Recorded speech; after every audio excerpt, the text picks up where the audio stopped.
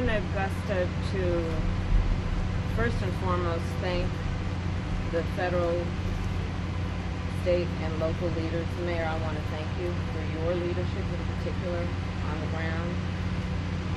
I am here to personally take a look at the devastation, which is extraordinary, and it is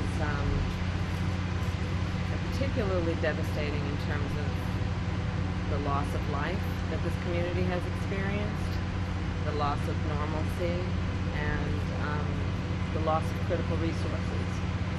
And so I'm here today to thank all of those who are working to get folks the support and the relief that they so desperately need and so rightly deserve. And that includes the fact that still in this community up to 60% of the residents here do not have power. Many have been without running water for at least a couple of days now. Many have water but no hot water. I was just talking with one of the members of the community and her daughter who lost her husband. And there is real pain and trauma that has resulted because of this hurricane and what has happened in terms of the aftermath of it. I do want to acknowledge and thank the first responders who have been extraordinary.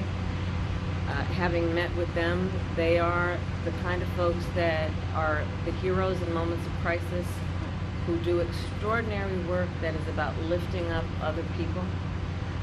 As it relates in particular to the leaders who are here and doing that work, including the first responders, most of them, as it relates to the local folks, are folks who have personally, and their families have personally experienced loss and devastation, and yet they leave their home, leave their family to go to centers like where I was earlier to do the work of helping perfect strangers.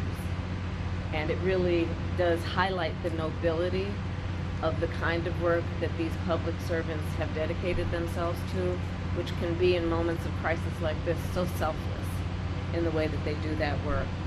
The President and I have been paying close attention from the beginning to what we need to do to make sure the federal resources hit the ground as quickly as possible. And that includes what was necessary to make sure that we provided direct federal assistance, and that work has been happening. I want to thank the governor for his leadership and his close coordination with the federal government, with our administration, and I want to thank the local leaders for together creating a task force-like response, knowing that we are at our best when we work together and coordinate resources, coordinate our communications to the maximum effect for the community that has been impacted.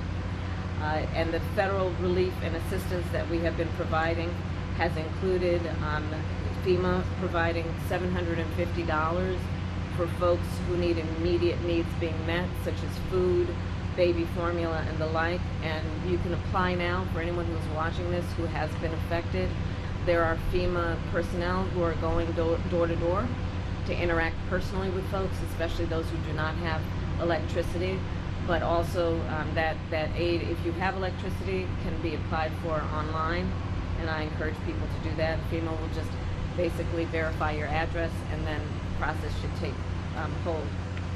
FEMA is also providing tens of thousands more dollars for folks to help them be able to deal with home repair, to be able to cover a deductible when and if they have insurance, and also hotel costs. Today I'm also announcing that the President has approved the Governor's request for 100% federal reimbursement of local costs. And Mayor, as you have pointed out, the burden to local governments, including the state government, is pretty immense. And so by announcing today and making the dedicated resources to cover 100% of local costs, will have a huge impact on our ability to get relief to people as quickly as possible. And that will include, for example, what the federal government will do to reimburse local and state governments around issues like debris removal, which you can see just up and down this street, much less in other areas of the state and in the region. This is a big issue. I was speaking with one of the residents of the community who needs that big tree removed so she can actually get to work and make sure that her child is able to get to school when the schools reopen. So this is a very big part of the recovery process. That money of the federal reimbursement will also help with emergency services that are now being provided by the state so that they can be reimbursed and then have the resources to keep providing those emergency services. Also, we will be covering the local government costs for food, water, and shelter. Again, resources that are desperately needed by the members of this community. And so my final point to the residents of this community and the region is that we are here for the long haul. There is the work that we have done together that was the immediate response, well, preparation for, and then the immediate response after. But there's a lot of work that's going to need to happen over the coming days, weeks, and months. And the coordination that we have dedicated ourselves to will be long-lasting to get families, to get residents, to get neighborhoods back up and running. And my last point is this.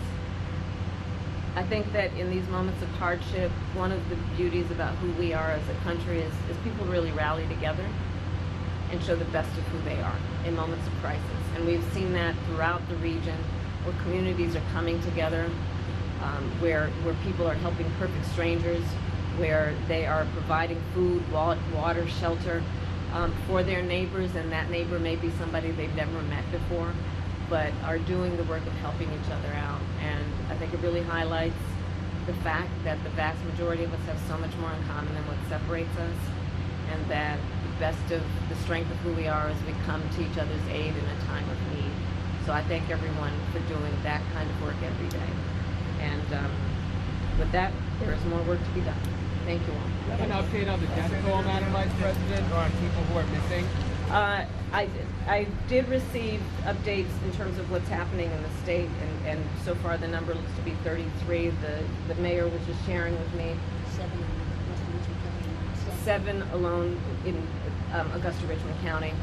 So the numbers are coming in, and part of the challenge of being accurate at this moment is that there are still so many areas that are remote, also rural areas, areas that are not easily accessible.